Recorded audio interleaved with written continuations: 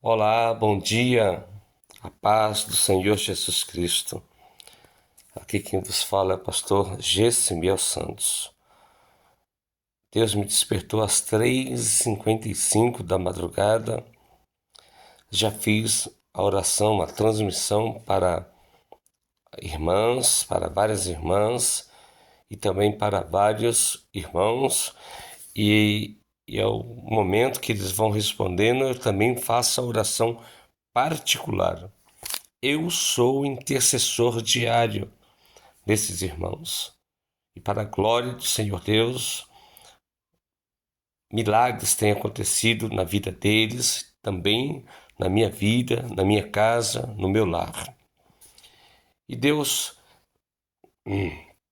tocou em meu coração para fazer mais esse vídeo que eu estarei enviando pelo YouTube. Depois eu vou compartilhar no Facebook, no Instagram, principalmente aos irmãos a qual eu sou intercessor diário, e eles têm semeado muito, mas muito mesmo na minha vida. E até mesmo aqueles que não semeiam, eu mando, envio a oração do mesmo jeito, porque eu não faço acepção de pessoas. Eu simplesmente atendo o chamado de Deus. Amém? Eu quero compartilhar uma mensagem com vocês que vão assistir a esse vídeo daqui a pouco, pelo YouTube, pelo Instagram, pelo Facebook ou pelo WhatsApp.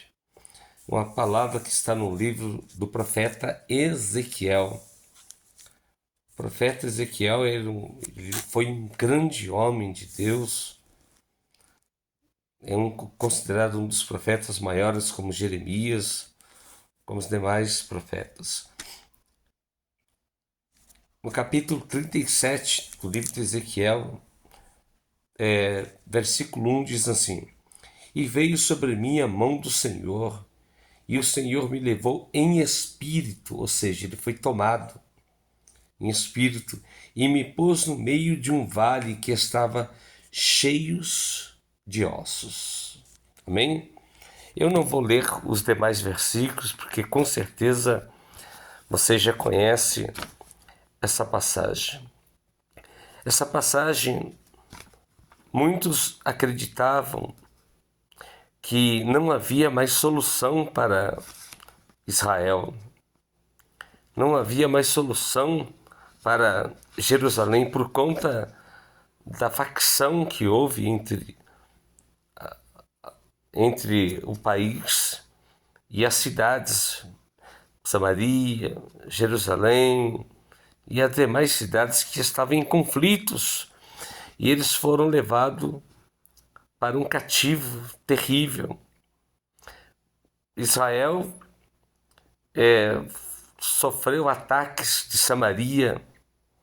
Jerusalém simplesmente foi invadida pelas tropas de Nabucodonosor, Babilônia. E depois de muito tempo, Artaxerxes, o rei da Pérsia, ele expulsou os egípcios, ele expulsou, destruiu os babilônicos, destruiu os assírios, e mesmo assim a nação de Israel, a capital que era Jerusalém, ficou parcialmente destruída. Principalmente Jerusalém, que era o lugar de adoração a Deus, que era o lugar onde o povo iria. Eles entravam, tinham 12 portões, 12 entradas, e cada entrada levava para um departamento do palácio, do trono, onde eram feitos sacrifícios, que era como se fosse o trono de Deus, né? O templo de Jerusalém, onde eles ofereciam sacrifícios, ovelhas, gados, dinheiro, enfim, onde eles passavam o dia inteiro orando, buscando a presença de Deus. E tudo foi destruído. Inclusive, tem uma parte no livro de Neemias que, quando ele foi servir vinho para o rei da Pérsia, Artaxerxes, e esse rei olhou para ele e disse: por que está triste o teu semblante? E Neemias disse: ah, meu rei, porque o meu país, a minha cidade está devastada, os meus pais morreram, uma boa parte dos meus amigos morreram, e uma outra parte foi deportada para a Babilônia, e os que ficaram estão sofrendo, passando fome. Os muros foram queimados, derrubados, os portões foram queimados, a torre da sentinela foi derrubada parcialmente. E o rei pegou, deu carta para Neemias, e Neemias foi. E, para a glória de Deus, Neemias, Josué ou Joshua, Jejua, eles restauraram, e Zorobabel também, eles conseguiram restaurar os muros e a cidade de Jerusalém sobre ataques de Sambalate, de Tobias e de Gerson, que queriam impedir deles restaurarem os muros. Eles chegavam a rir dizendo: ah, uma raposa vai passar e vai derrubar esses muros. Mas para a glória de Jesus, Neemias, ele conseguiu terminar em pouco de 50 dias, em menos de 50 dias, ele conseguiu restaurar todos os muros e os portões de Jerusalém. Porém, a casa de Deus, que era um lugar onde oferecia sacrifício, ficou abandonada. E Deus vai usar o profeta Ageu para falar: olha, vocês terminaram de construir ao redor, reformaram os muros, os portões, mas e a casa de Deus? O templo, onde vocês oram, buscam a presença de Deus, está abandonada, está totalmente, quase que derrubada, destruída. Enquanto vocês estão colocando estuque, cortinas, arrumando, colocando gessos ao redor de suas casas, arrumando tudo. Enquanto isso, a casa de Deus está abandonada. E Deus vai usar o profeta Ageu dizendo que Deus iria reter. Aí Ageu diz, no capítulo 1, verso 10, e por isso Deus retém o orvalho, a chuva, e por isso que vocês semeiam, mas não colhem. E quando vocês colhem, colhem um saquitel furado. Por isso que as ovelhas morrem, por isso que os campos, que as sementes não germinam e nunca germinarão, e se germinarem, não darão frutos, porque vocês esqueceram da casa de Deus. Então, Deus vai usar agora o profeta Ezequiel, muito antes de Ageu, né? Muito antes, Deus vai usar o profeta Ezequiel para falar como que Deus faria a restauração do povo de Deus. Como Deus iria restaurar o processo da restauração. Porque Deus dá a visão para o profeta Ezequiel, porque Ezequiel dizia talvez: Senhor, como é que nós faremos? Porque a cidade está destruída, o povo foi levado para o cativeiro, Samaria foi tomada, Jerusalém foi tomada, Israel inteiro foi tomado pelos inimigos. E que faremos? Aí Deus dá esta visão, porque a cidade, o país, estava como se fosse um vale de ossos secos. Então Deus levou o profeta, tomou o profeta Ezequiel em espírito, para mostrar a ele que ele, Deus, o Deus Todo-Poderoso, iria restaurar, mas haveria um preço, haveria um processo de restauração. A primeira coisa que nós podemos aprender através dessa passagem: a crise desesperadora da nação não limita a ação divina. Entenda bem, a tua crise, a crise que você está passando, por exemplo, por conta da Covid de 2019, que foi 2019, 2020, 2021, 2022, foi terrível. O país ainda sofre, vários países ainda sofrem por conta da Covid. Foi uma crise terrível. Mas nós que somos salvos, nós que cremos na palavra, nós acreditamos em Deus e nós não deixamos ser abatidos por conta desta crise que abalou todos os países. O mundo inteiro foi abalado. Mas isso não impediu e nunca impedirá a ação de Deus em nossas vidas. A crise ou as crises, elas não limitam, não colocam limites e não impedem de Deus agir na nossa vida. Ao contrário, as crises são exatamente a oportunidade de você ver, ouvir e falar das maravilhas de Deus em tua vida. Amém? A necessidade da restauração. O povo de Deus estava desprovido, dispersos, espalhados, cada qual tinha sua necessidade, cada qual tinha que fazer os seus afazeres. Esta era a condição de Israel e a situação de muitos crentes hoje. Ausência de vida, ausência de entusiasmo, ausência do prazer de estar na casa de Deus, de deleitar na oração, na busca intensiva da presença de Deus. Então havia uma necessidade da restauração. Você precisa sentir isso.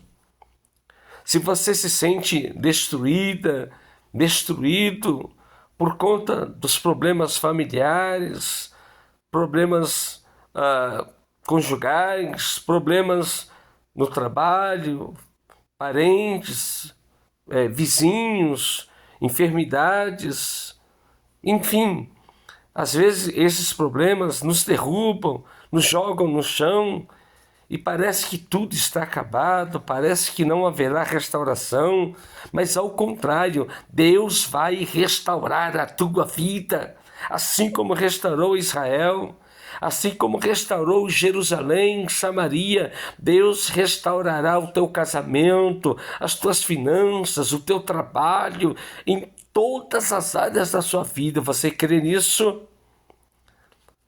O agente da restauração. Quem é o agente da restauração? Eu?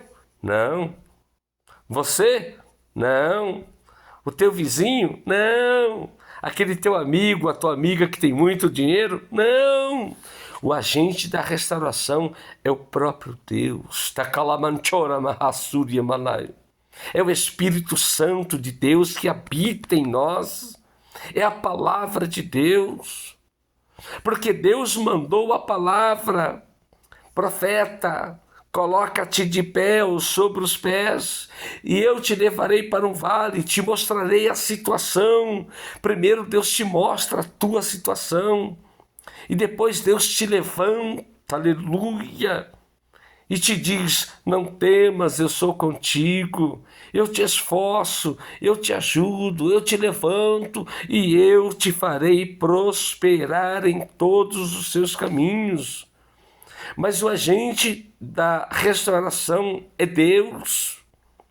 É Deus quem causa e quem faz, toma a iniciativa da restauração. Tudo provém de Deus. A iniciativa da restauração vem de Deus. É Deus quem faz Ezequiel andar no meio do vale. É Deus quem pergunta ao profeta. É Deus que manda o profeta profetizar. A iniciativa foi do próprio Deus. O agente da restauração é Deus, é o Espírito Santo, é a palavra de Deus, é Jesus, o caminho, a verdade e a vida. São os agentes da restauração. Não é o seu dinheiro, não é o teu potencial, não são os seus amigos, mas é Deus que vai restaurar a tua vida. Diga amém. Os instrumentos da restauração. Primeiro, a palavra de Deus. Deus então diz, profetiza a esses ossos secos, ouve a palavra do Senhor. Ezequiel capítulo 37, verso 4. Deus chama os mortos pela palavra. Lázaro estava morto. Deus mandou tirar a pedra e Deus disse, Lázaro, sai-te para fora. E Lázaro saiu com vida, aleluia. A Bíblia diz que os céus e a terra foram criados pela palavra. De quem? De Deus. A Bíblia diz, passarão os céus e a terra, mas a palavra de Deus não voltará vazia. Antes ela fará e trará paz ao teu coração, tudo que lhe apraz. A palavra de Deus é como uma espada afiada de dois gumes, que penetra na divisão da alma, dos ossos e da medula, e discerne o que é certo, o que é errado. Pedro, quando Jesus estava pregando, Pedro ele disse, Senhor, o que faremos se o Senhor for? O que faremos se o Senhor morrer e for ter com o Pai e ressuscitar, mas depois o Senhor vai se acender de novo? O que será de nós? Porque só o Senhor tem palavra de vida eterna. Aquele centurião, ele estava com um servo enfermo, de muita importância e valia para ele.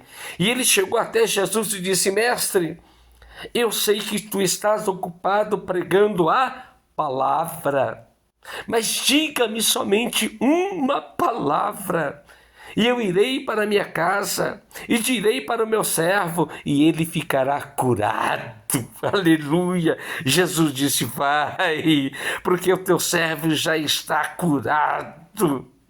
A palavra de Deus, a palavra de Deus, ela é poderosa, ela é eficaz, ela é tremenda. Então, o principal agente da restauração é a palavra de Deus, a Bíblia Sagrada. Amém? O segundo agente, o Espírito Santo. Versículo 5. Diz que é quando o Espírito Santo entra nesses ossos é que eles começam a ter vida. Porque Ezequiel profetizou e disse, Espírito, entre agora nesses ossos para que eles possam viver. Primeiro os ossos se juntaram, viraram um exército de esqueleto. Depois veio pele, mas eles tinham vida? Não. Continuavam como se mortos, de pé, mas estavam mortos, literalmente. Os ossos se ajuntaram, criaram-se nervos, criaram-se a carne, a pele, a formosura. Ficaram bonitos, mas tinham vida? Não, é como se eles estivessem assim, ó. Não falavam, não riam, não andavam. Por quê? Eles não tinham um principal. Qual? O Espírito Santo, o Espírito que dá vida. Eles tinham ossos, tinham carne, tinha um corpo, mas não tinha o fôlego de vida, que é o espírito de vida, o espírito que nos dá a vida. Nós somos tricotomistas, corpo, alma e espírito. É o Espírito que fala com o Espírito Santo. É o Espírito Santo que fala com o nosso espírito, que nos dá vida, que nos dá alegria, mesmo no meio das dificuldades. Amém? Então, esses são os agentes da restauração. O versículo 9 diz que quando o Espírito vem e assopra sobre os ossos secos, eles recebem vida. Versículo 10 de Ezequiel 30 diz que quando o Espírito entrou neles, eles se levantaram como um exército. Oh, glória! Eles se levantaram como um exército. Eles nós precisamos do sopro do Espírito Santo, que nos traz a vida, que nos levanta, que nos tira do chão, que nos dá a vida. Quando Elias foi tomado por Deus, pelo Espírito Santo de Deus, e a Bíblia diz que uma carruagem primeiro passou um vento, soprou, fez o redemoinho, e veio um carro dos altos céus, uma carruagem, e o levou. Mas Eliseu segurou Elias e disse: não lhe deixarei subir, enquanto tu não mandares Deus descer com a porção dobrada desse Espírito. Aleluia! Jesus disse: eu irei para o Pai, mas eu não vos deixarei órfão. Eu mandarei quem? O Paráclito, o Espírito Santo de Deus. Paráclito significa ajudador, que anda lado a lado de você e que está dentro do teu coração. A Bíblia diz que nós somos templo e morada do Espírito Santo de Deus. Amém? Mas como aconteceu o processo da restauração? Primeiro houve um ruído, um barulho, uma agitação, mas isso ainda não é vida. Isso ainda não é restauração. Não adianta você chegar na igreja, fazer um ruído de línguas estranhas, sapatear, rodopiar, girar, mas chega em casa, o seu marido, bom dia, meu amor, você fala bom dia a você, boa noite, meu amor, boa noite para você, dorme no sofá que eu vou dormir na cama. O filho vai pedir, benção mãe, benção pai. Ah, que benção aqui, menino, você me deu trabalho o dia inteiro, acabou de sair da igreja, sapateou, rodopiou, fez ruído, barulho, só quando está na igreja, mas quando chega em casa, maltrata os filhos, maltrata a esposa, o esposo. Quando chega no trabalho, não cumprimenta ninguém, é o pior funcionário. Quando sai na rua, as pessoas falam bom dia, ele abaixa a cabeça e não responde nada, ou ela simplesmente, sabe, não tem vida, é só barulho. Tem aparência de cristão, mas não é cristão. Dá para entender isso? Então houve o ruído, mas ruído não é avivamento, não é restauração. Houve um ajuntamento de ossos, houve um processo. Os ossos que estavam espalhados, dispersos, eles se juntaram, voltaram às suas origens, ficaram em ordem, mas ainda eram ossos secos. Não tinham vida, não tinham fôlego de vida, não tinham raízes, não tinham fé, estavam secos, ainda eles eram ossos. Depois aconteceu que veio os tendões e a carne. Houve um processo. Agora eles estavam de pé. Eles não eram mais ossos. Agora não tinham carne, tendões, músculos, artérias, mas eles tinham vida? Não tinham vida. Não adianta você ir para a igreja bonito, bonitona, bem vestida, bem vestido, cheio de joias, de pérolas, mas de repente o pregador começa a pregar e você fica... Olha no relógio, tá na hora da minha novela e o culto não acabou. Isso é vida? O que adianta você ir para a igreja desse jeito? Você não presta atenção na palavra, não recebe a palavra, não presta atenção nos louvores, não dá glória a Deus.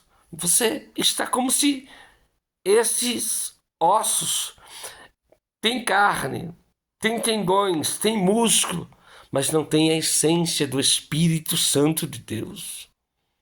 Vai para a igreja morto e volta para casa mais que morto. Toma essa palavra em nome de Jesus. O Espírito entrou neles e eles viveram e se puseram em pé, um exército numeroso.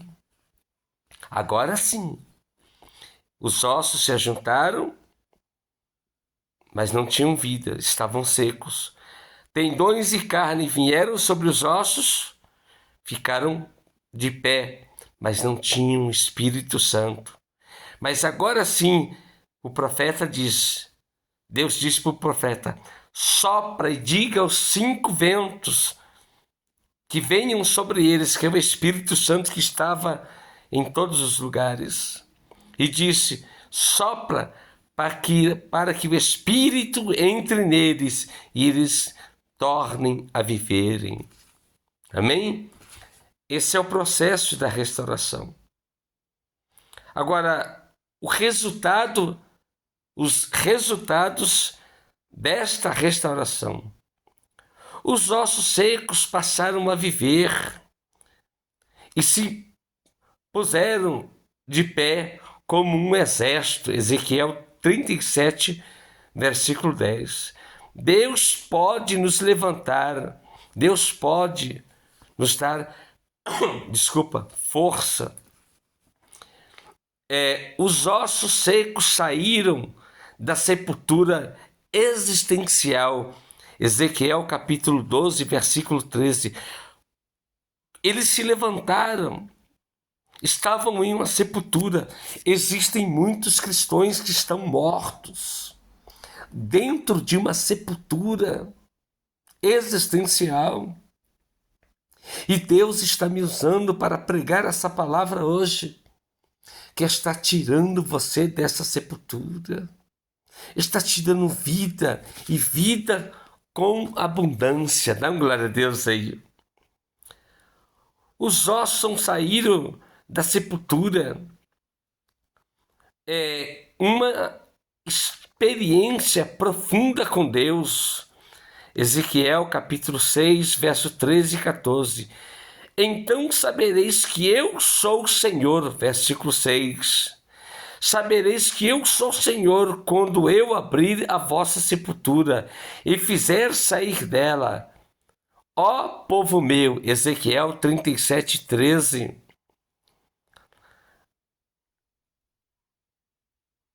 O quarto processo da restauração, unidade espiritual. Está no versículo 22 e 25.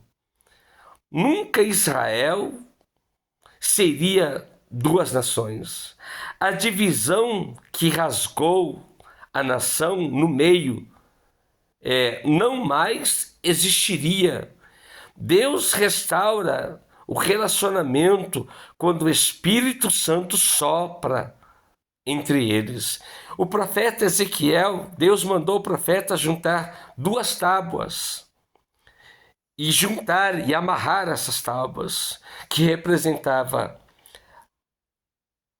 a nação, que representava Judá e Jerusalém, que estavam separadas. A tribo de Judá começou a brigar com a tribo de Jerusalém. As 12 tribos entraram em conflitos e começaram a ficar dispersos. Vocês sabem por que muitas igrejas estão fechando ou fecharam-se? Porque houve atrito entre os líderes. O atrito não começa com o rebanho, começa lá no púlpito. É evangelista que se levanta contra presbítero, presbítero que se levanta contra diácono, diácono que se levanta contra o presbítero, evangelista e pastor, pastor que se levanta contra o hall de membros e o hall de obreiros, facções, divisões. Eu já fui pregar em igrejas que antes de eu pregar foram dadas oportunidades para alguns obreiros. Aí eles atiravam pedras, dizendo assim: tem gente aqui, né? Tem gente aqui que não gosta que eu dou a saudação, porque eu sou teólogo, eu sou PhD em teologia, eu tenho exegese, eu tenho hermenêutica, eu tenho a unção de Deus. Então eles ficam com inveja, atirando pedra, usando um púlpito para atirar pedras nos demais obreiros que não têm exegese, que não têm teologia, mas têm o Espírito Santo de Deus. Porque é pelo Espírito Santo que pregamos, que oramos, que cantamos, que fazemos a obra do Senhor. A teologia é boa? É claro que é. Eu estudei e estudo até hoje. Mas sem a essência do Espírito Santo não adianta nada. Nós acabamos entrando na carne. O que adianta você ter o conhecimento, mas não ter a plenitude de Deus na tua vida? Amém? Para encerrarmos, a comunhão íntima e contínua com Deus, versículo 26 e 29. Deus porá o seu santuário no meio do seu povo, para todo sempre, e ele será o nosso Deus, e nós seremos o seu povo. O santuário está no meio do povo para todo sempre. Isso significa comunhão com Deus para sempre. Avivamento é comunhão com Deus, com o Espírito Santo. Era isso que Deus queria fazer entre a nação. E para tudo isso, Deus precisou mostrar para o profeta Ezequiel. Deus precisou mostrar para o profeta Abacuque, profeta menor, porque ele escreveu 3 capítulos apenas. Não porque ele era pequeno, mas é porque o livro dele foram 3 capítulos. Ezequiel, se eu não me engano, é 40 capítulos. Jeremias também, profeta maior, escreveu muitos capítulos. Jeremias, inclusive, é considerado uma mini-bíblia, né? Porque tem 66 capítulos. Amados, que Deus abençoe o teu dia, abençoe esta segunda-feira, dia 30, que você tenha um final de ano abençoado na presença de Deus, minha irmã, meu irmão. Que você passe em comunhão com Deus, em comunhão com o Espírito Santo, em comunhão com Jesus, Pai, Filho e Espírito Santo, e em comunhão consigo mesmo e com teu próximo. Beijo em teu coração. Se você quer ter um intercessor diário na minha vida, me chama no WhatsApp ainda hoje, o DDD 11 telefone 991910841. Hasta luego. I love you. Thank you, my friend. Que Deus te abençoe, que Deus te guarde. Eu te amo muito em Cristo Jesus. Obrigado por tudo. Deus abençoe.